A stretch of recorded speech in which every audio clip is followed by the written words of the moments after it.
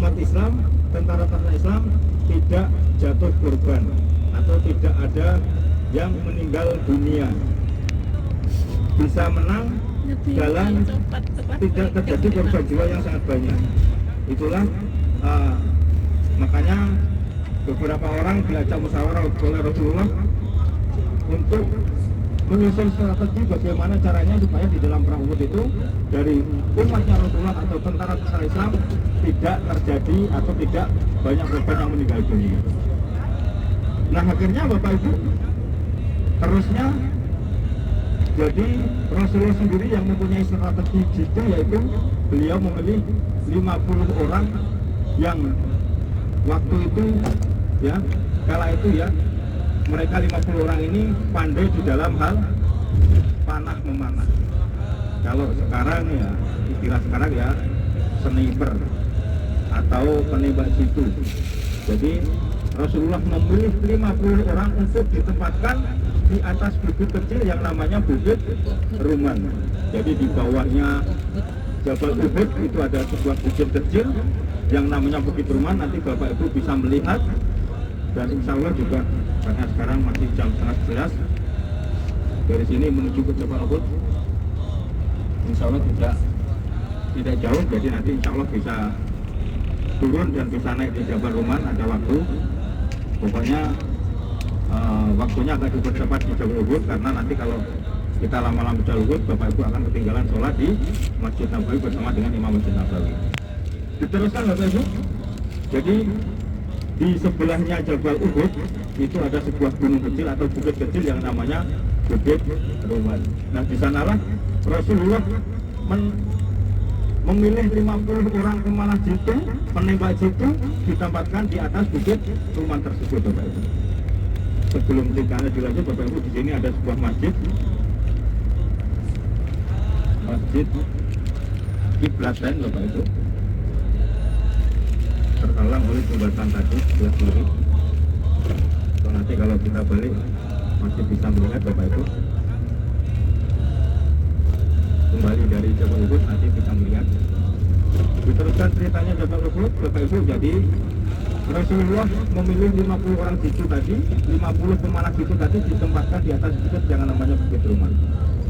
Nah Bapak Ibu, ketika tentara-tentaranya kafir Quraisy yang dikomandoi langsung oleh Abu Jahal CS semakin dekat dengan Jabal Ruman, mereka tidak tahu bahwa di atas bukit itu ada tentaranya Rasulullah yang berjumlah 50 yang siap dengan panah tertunduk Bapak Ibu. Mereka tidak tahu karena mereka berjalan dari arah barat menuju ke timur. Jadi waktu itu sekitar waktunya buka jam 8 jam 9, orang-orang kafir Quraisy, tentara-tentara kafir Quraisy itu dari barat menuju ke timur. Jadi mereka tidak tahu kalau di depan mereka atau di atas bukit Ruman itu ada tentara Rasulullah, karena mereka melawan matahari, melawan matahari. Jadi karena terkena sinar matahari, jadi dia tidak tahu kalau di atas bukit itu ada tentaranya Rasulullah yang siap dengan panah tertunduk. Dilanjutkan ceritanya nanti. Di sini ada sebuah tadi sudah kami sampaikan Masjid Tundak. Di atas Masjid Tundak itu ada sebuah gunung Bapak Ibu. Silakan nanti kalau sudah di sini akan berputar ke arah kiri, putar balik ke arah kiri Bapak Ibu. Nah di atas gunung itu Bapak Ibu ada beberapa puing-puing masjid. Dulu di atas gunung itu ada 7 masjid Bapak Ibu, ya ada 7 masjid. Sekarang tinggal 2 yang masih terlihat puing-puingnya, masih belum roboh sama sekali di atas itu, ya. Di situ namanya Masjid Sab'a. Jadi dulu ada 7 masjid. Sab'a itu adalah 7. Ya di atas itu ada 7 masjid, termasuk masjidnya di sini karena terkenal dengan perang Kondak. Tentara Salman Al-Farisi yang dari Persia itu Bapak Ibu, ya. Jadi perang Kondak ini juga di sini Bapak Ibu kelanjutannya dari perang Uhud, ya. Nanti ceritanya diteruskan disambung lagi. Jadi kita sekarang sudah berada di Masjid Kondak, terkenal dengan perang Kondak. Perang Kondak itu adalah perang Paris Bapak Ibu, karena Kondak sendiri adalah artinya adalah kalau dibahasakan dengan bahasa kita adalah parit atau god ya. God bersabot ya, bukan god tapi god ya. God sing ngajeni griya-griyane panjenengan itu saluran banyu ini jenenge god atau Kalen. parit. Kalen wis pokoke jenenge akeh selokan. Selokan, parit. Terkenal dengan perang parit. Kalen. Ya. Kenapa terkenal dengan parit? Karena sama seperti di dalam perang Uhud, Bapak Ibu, Rasulullah sebelum memulai perang itu mengumpulkan anak buahnya, mengumpulkan tentaranya, menyusun strategi bagaimana caranya agar perang itu bisa dimenangkan oleh umat Islam. Jadi itu tidak urusan kursi cara istilahnya Bapak Ibu. Jadi mereka mengumpulkan tentaranya untuk diajak musyawarah. Musyawarah yang terbaik bagaimana caranya perang itu dimenangkan oleh umat Islam. Nah di sini juga begitu Bapak Ibu. Jadi sebelum perang diadakan musyawarah, dikumpulkan anak buahnya, dikumpulkan tentaranya, diajak musyawarah. Nah di sini Bapak Ibu, di dalam perang Khandaq itu siasatnya tentara dari Persia yang bernama Salman Al-Farisi itu yang paling jitu, yaitu beliau mempunyai siasat sebelum perang supaya dibuatkan sebuah parit. Parit itu panjangnya sekitar 5 km Bapak Ibu, dalamnya 4 meter, lebarnya sekitar 3 meter. Tujuannya untuk apa Bapak Ibu? Jadi ketika ada serangan dari, karena perang zaman dulu itu adalah perangnya ya perang berhadapan-hadapan, tidak seperti sekarang ya. Kalau sekarang perangnya itu ya di sing paling gede alutistane, di sing paling gede bondone ya insya Allah bisa menang. Tapi kalau dulu itu memang harus punya strategi Bapak Ibu. Nah di dalam perang Khandaq ini Bapak Ibu, strateginya Salman Al-Farisi supaya dibuatkan sebuah parit. Nah tujuannya adalah ketika orang-orang kafir Quraisy menyerang tentara Muslim, dia tidak tahu kalau di depannya itu ada parit, ya. Karena di dalam perang Khandaq itu jumlahnya lebih besar lagi Bapak Ibu. Jadi setelah mereka kalah di dalam perang Uhud, akhirnya mereka menyusun strategi lagi, akhirnya mengumpulkan tentara-tentara lagi bersekutu dengan orang-orang kafir Madinah, ya. Jumlahnya 10.000 melawan tentara Rasulullah yang hanya berjumlah sekitar 2 orang. Nah, ketika orang-orang kafir Quraisy dia tidak tahu, mereka hanya mempercepat jalannya kuda supaya semakin cepat, supaya bisa cepat dengan tentara Rasulullah. Akhirnya dia sama sekali tidak tahu kalau umatnya Rasulullah itu sudah membuat strategi yang jitu, membuat parit. Nah Bapak Ibu, tadi sudah kami sampaikan di sebelah kiri ya, kiri depan pojok, nah itu ada sebuah masjid dengan dua menara ya. Dua menara dan 2 kubah. Sebelah kiri ya, monggo ditinggali saat ini panjenengan teng isore jembatan, mangke sampunipun jembatan monggo dengan nengkleng melihat ke arah kiri. Di situ ada sebuah masjid yang ada 2 menara dan ada 2 kubah. Nah disitulah namanya Masjid Qiblatain. Agak ke belakang gitu. Jadi wonten menorone loro niku Masjid Qiblatain. Kenapa dinamakan Masjid Qiblatain?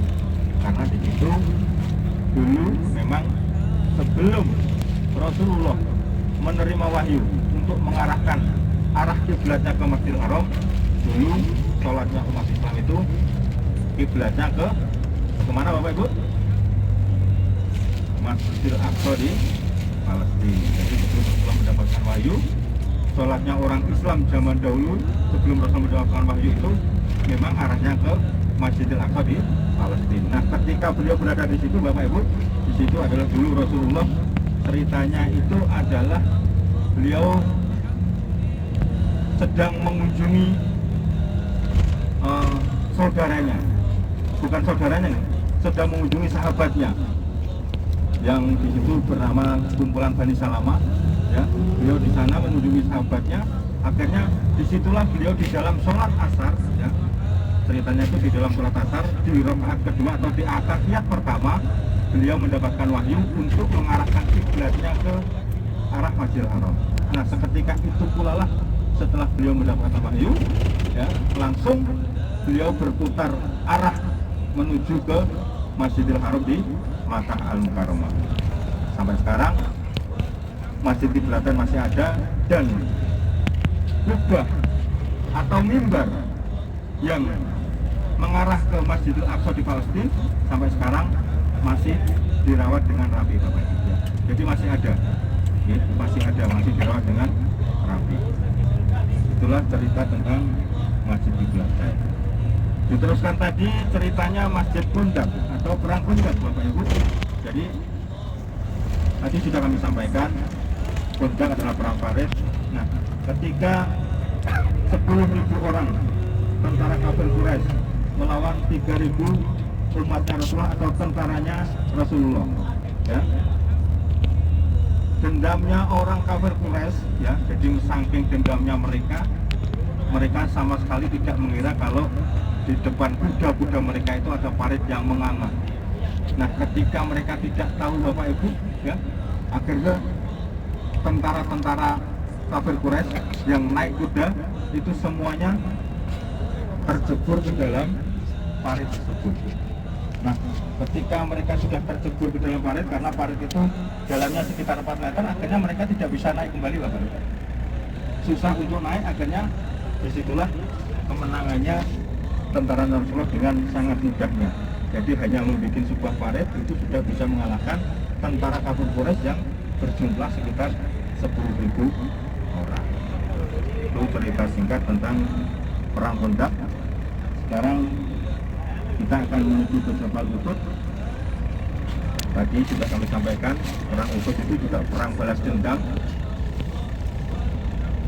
Orang-orang kafir Quraisy yang dikomando oleh Abu Jahal CS. Ada seorang perempuan, sudah kami sampaikan, yang namanya Hindu, dendam kepada pamannya Rasulullah yang bernama Hamzah, ya. Orang atau perempuan yang bernama Hindu tadi, Bapak Ibu, menyuruh anak kecil dari kulit hitam, ya, yang bernama Wasri, disuruh untuk memata-matai di manakah Hamzah berada. Dia siap dengan tombak, karena siapa Hindun tadi, Bapak Ibu, ya, ketika dia si Wahsi tadi kalau bisa membunuh Hamzah, maka Hamzah itu akan dibebaskan dari perbudakan. Nah, itulah kan mengapa si Wahsi ini mau disuruh untuk membunuh Hamzah, Bapak Ibu.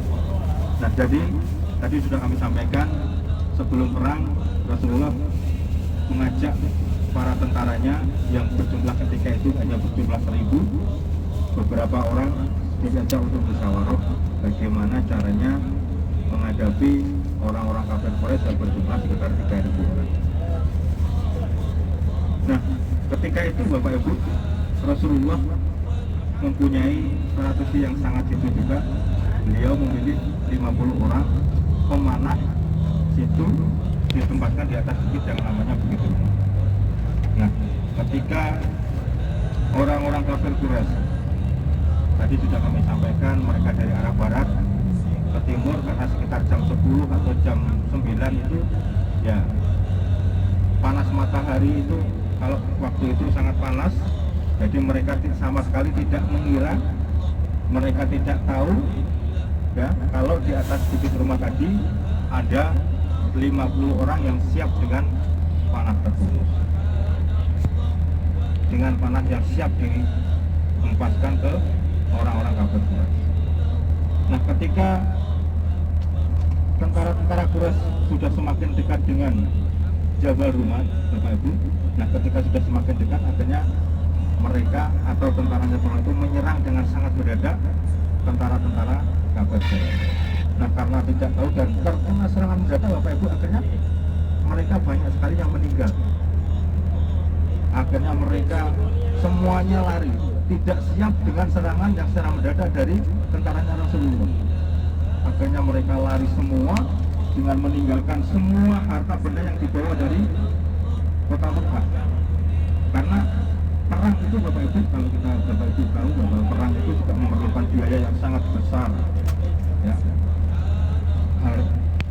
Biayanya itu juga sangat besar. Nah, Bapak Ibu, harta benda yang orang-orang kafir bawa dari kota Mekah itu ditinggalkan semua di bawah Jabal Rumah tadi, karena mereka tidak siap untuk menerima serangan mendadak dari tentaranya Rasulullah. Nah, ketika sudah dirasa aman Bapak Ibu, jadi mereka lari semuanya, akhirnya tentara-tentara Rasulullah yang berada di bawah gunung yang jumlahnya sekitar 650 itu akhirnya mengumpulkan barang jarahan tersebut, ya, dikumpulkan untuk nantinya diserahkan kembali kepada Rasulullah. Nah, ketika tentaranya Rasulullah yang berada di bawah ini mengumpulkan barang jarahan, ya, akhirnya yang di atas bukit tadi yang berjumlah 50 itu tadi melihat Bapak Ibu, melihat teman-temannya yang di bawah itu mengumpulkan barang jarahan, ya. Akhirnya mereka berinisiatif untuk membantu temannya yang berada di bawah tersebut, karena sangat banyak sekali harta yang ditinggalkan oleh orang-orang Quraisy. Padahal sudah diwanti-wanti oleh Rasulullah sebelum perang itu, yang 50 orang pemanas itu tadi yang ditempatkan di atas bukit sudah diwanti-wanti oleh Rasulullah, apapun yang terjadi jangan sekali-kali kamu turun dari atas bukit ini sebelum ada apa-apa dari istilahnya kepalanya, dari orang yang hendak menyuruh turun. Sebelum ada apa-apa kemenangan dari pihak tentaranya Rasulullah atau pihak umat Islam, jangan sampai sekali-kali kamu turun dari atas bukit ini. Nah Bapak Ibu, jadi ketika 50 orang pemalas itu di atas melihat temannya mengumpulkan barang jarahan, mereka mengira bahwa orang-orang Quraisy memang sudah kalah, mereka sudah lari semuanya. Yang mereka mengira seperti itu Bapak Ibu. Ada yang mengatakan kita tidak salah sih, orang-orang kafir pun sudah lari semuanya. Lihat itu di bawah tidak ada orang sama sekali, hanya teman-teman kita yang ada. Ada juga yang tidak mengiyakan, menolak ajakan mereka. Tapi karena mereka yang lain itu juga melihat di bawah itu tinggal ada temannya sendiri atau tentaranya bala tentara mereka, tentara Rasulullah, akhirnya mereka turun. Akhirnya Bapak, ajakan temannya, akhirnya mereka turun. Nah, ketika tentara 50 orang tersebut turun dari atas bukit Bapak Ibu, akhirnya yang lain tentaranya orang-orang kafir Quraisy tadi ada yang melihat, karena 3.000 orang tadi Bapak Ibu tidak jadi satu, jadi ada sebagian yang berpencar, sebagian ada yang berpencar ke arah selatan. Jadi mereka melihat bagaimana gerak-geriknya tentaranya Rasulullah. Akhirnya mereka berpencar. Nah, orang yang berpencar tentaranya kafir yang berpencar ini, mereka mengintip strategi apa yang akan dipakai oleh Rasulullah. Nah, akhirnya mereka melihat dengan jelas 50 orang pemanas itu tadi turun dari atas bukit. Akhirnya orang-orang yang mengintip, tentara yang mengintip tadi mengajak temannya untuk naik ke atas bukit.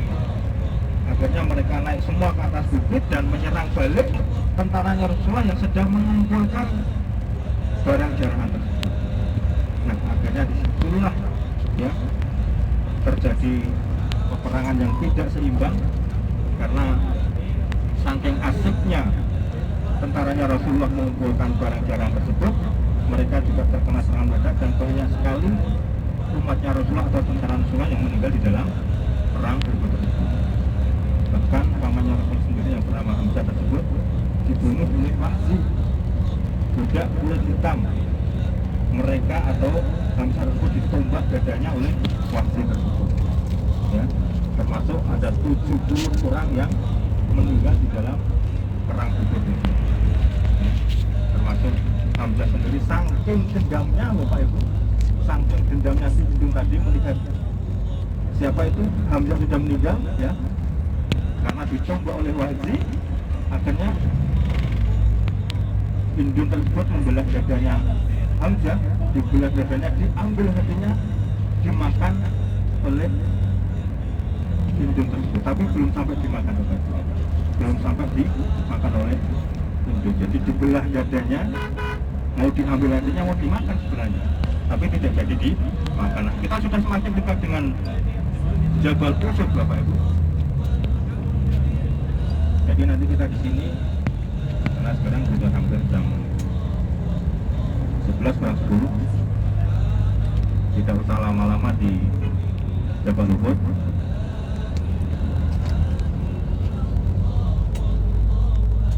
Nah, kalau yang di depan ini Bapak Ibu, gunung yang dari depan sampai ke samping kiri bis kita, sekitar 7 km ini Bapak Ibu. Gunung yang bersambung ini namanya Gunung Uhud ya. Ini namanya Gunung Uhud. Silahkan di depan dilihat Bapak Ibu, dari depan sampai ke samping kanan sampai ke samping kiri itu adalah Gunung Uhud atau Jabal Uhud.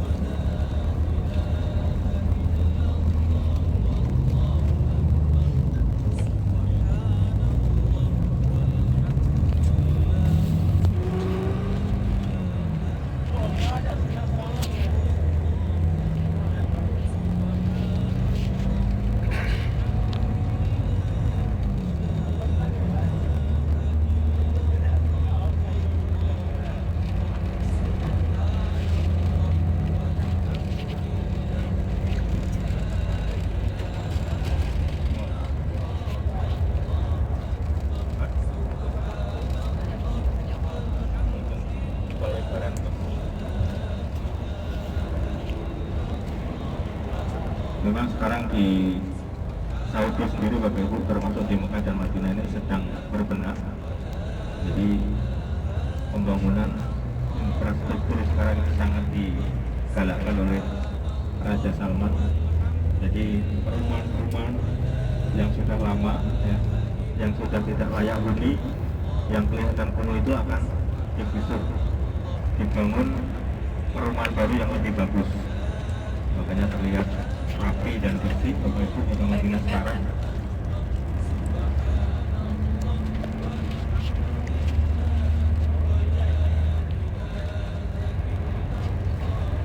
Madinah sendiri adalah salah satu provinsi di Kerajaan Saudi Arabia. Ini adalah termasuk kota provinsi, dan kota provinsinya atau kantor provinsinya itu ada dekat dengan Masjid Nabawi. Nah, kita sudah semakin dekat dengan Jabal Uhud atau Jabal Ruman, di mana 50 orang pemanah jitu ditempatkan di atas bukit tersebut Bapak Ibu.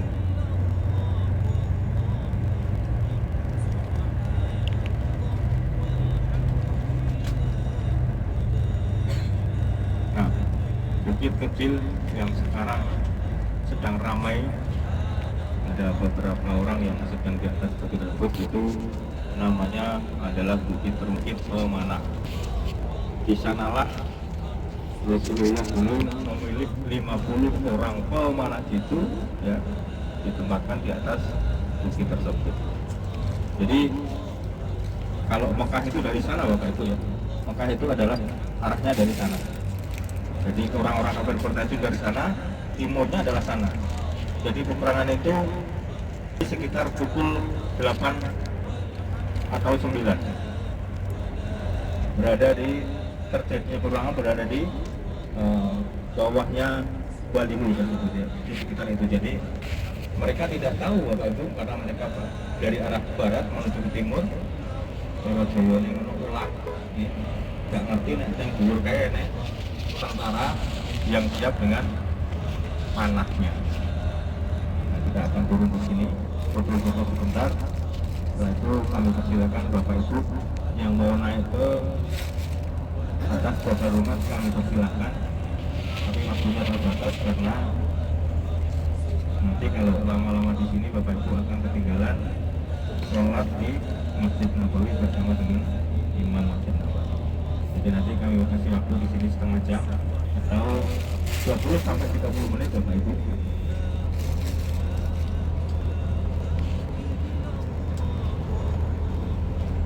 Yang tidak turun juga tidak apa-apa, yang turun yang sekiranya fisiknya telat buatan mandap di buatan apa-apa buatan kan dipaksa, maka dipaksa sampai sakit ini umrohnya malah terganggu sing nom-nom, sing siap-siap, sing kira-kira si uwak kas-kas monggo mandap kalah